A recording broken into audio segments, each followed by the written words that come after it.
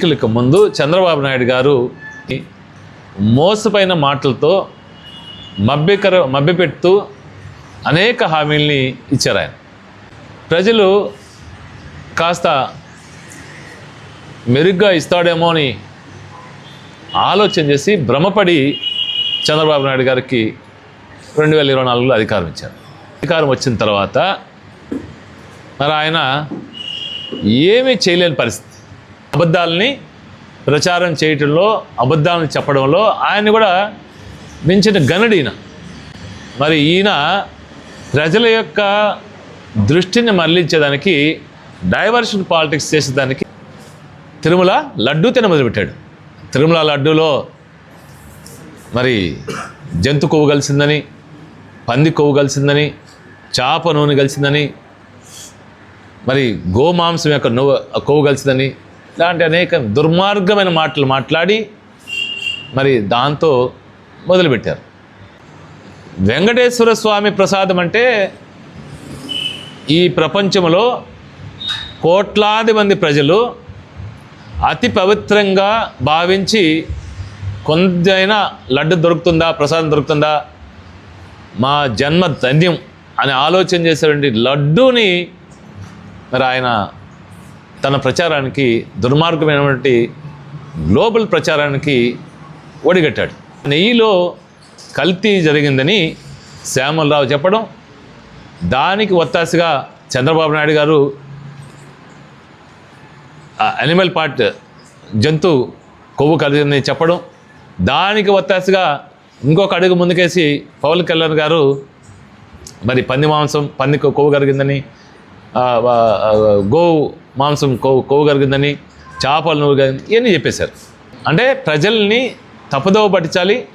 దీన్ని జగన్మోహన్ రెడ్డి గారి యొక్క ఆదరణని, జగన్మోహన్ రెడ్డి గారి మీద చెడ్డ పేరు తేవాలని, ఆయన యొక్క ప్రభావాన్ని మసకబారించాలని మరి ఒక కమిటీని వేసి ఈ నెపాన్ని జగన్మోహన్ రెడ్డి గారిని తెయాలని ప్రయత్నం చేస్తారు.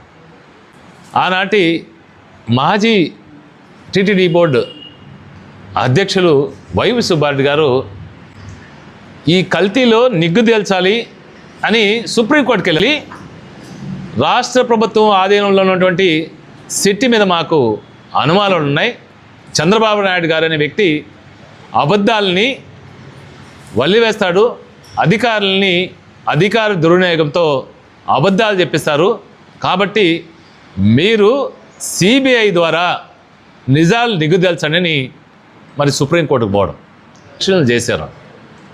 మరి నిగ్గుదేల్చిన తర్వాత వాళ్ళు తేల్చింది ఏదంటే, ఈ నెయ్యిలో, తిరుపతి లడ్డూకి ఉపయోగించిన నెయ్యిలో ఎలాంటి కల్తీ జరగలేదు, ఎలాంటి జంతు కొవ్వు దీంట్లో కలవలేదు అని క్లియర్గా క్లీన్ చిట్ ఇచ్చి సుప్రీంకోర్టుకి వాళ్ళు ఆదేశాలు ఇచ్చారు.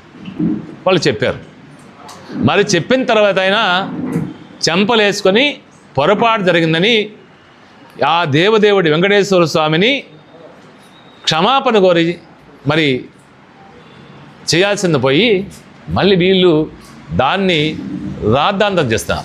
ఈరోజు సిబిఐ కల్తీ లేదని చెప్పిన తర్వాత మళ్ళీ ఈ చెప్పాల్సిన వ్యక్తి మాట మార్చి సిబిఐ రిపోర్ట్ ఇచ్చిన తర్వాత ఈరోజు ఏమంటే జంతు కొవ్వు కాదని, రసాయనాలతో కూడినటువంటి కల్తీ జరిగిందని, ఒక్క చుక్క పాలు కూడా లేకుండా పూర్తిగా రసాయనాలతో మరి ఈ నెయ్యి తయారు చేశారని, మరి దీనిలో కల్తీ జరిగిందని, అడల్టరేషన్ జరిగిందని, మరి బాత్రూముల్లో వాడేటువంటి కెమికల్స్ని ఈ నెయ్యిలో వాడారని, ఇంత సిగ్గుమాలితనంగా మళ్ళీ చెప్తున్నారంటే ఇంతకైనా దుర్మార్గమైన ఆలోచనలు. ఆయనకి నిగ్గు తెలిసింది. ఎప్పుడైతే సిబిఐ రిపోర్ట్ వచ్చిందో, సిబిఐ రిపోర్ట్ వచ్చిన తర్వాత ప్రజల్లో చంద్రబాబు నాయుడు గారి యొక్క ఇమేజ్ మసకబారింది. చంద్రబాబు నాయుడు గారు తన స్వలాభం కోసం దేవుణ్ణి కూడా రాజకీయాల్లోకి లాగాడు. పవిత్రమైనటువంటి లడ్డూ ప్రసాదాన్ని కూడా తన రాజకీయ లబ్ధి కోసం డైవర్షన్ పాలిటిక్స్లో భాగంగా దీన్ని ఉపయోగించుకున్నాడని మరి ప్రజలకు అర్థమైపోయింది. అయినా ఈ రోజుకైనా మాని చంద్రబాబు నాయుడు గారు బుద్ధి తెచ్చుకొని, లోకేష్ బాబు బుద్ధి తెచ్చుకొని, పవన్ కళ్యాణ్ బుద్ధి తెచ్చుకొని ఈ రోజుకైనా మీ యొక్క నాయకులకి, కార్యకర్తలకి అందరికీ చెప్పి మీరందరూ చెంపలేసుకొని ఆ దేవదేవుడిని పొరపాటు జరిగిందయ్యా అని పబ్లిక్గా, అంటే ప్రజాక్షేత్రంలో మీ మీడియా ముందు కానీ మరి ప్రజల్లో మీటింగ్లు పెట్టి కానీ మరి చెప్పాలా, పొరపాటు జరిగింది, దేవదేవుని యొక్క ప్రసాదంలో కల్తీ జరగలేదు, హిందువు మనోభావాలు దెబ్బతినాల్సిన అవసరం లేదు, ఎవరు భయపడాల్సిన అవసరం లేదు, కల్తీ లేనటువంటి నెయ్యినే, లడ్డూలనే మీరు ప్రసాదాన్ని స్వీకరించారని చెప్పాల్సిన అవసరం ఉంది. మరిన్ని న్యూస్ అప్డేట్ కోసం A3 న్యూస్ ఛానల్ ని సబ్స్క్రైబ్ చేసి బెల్ ఐకాన్ ను ప్రెస్ చేయండి.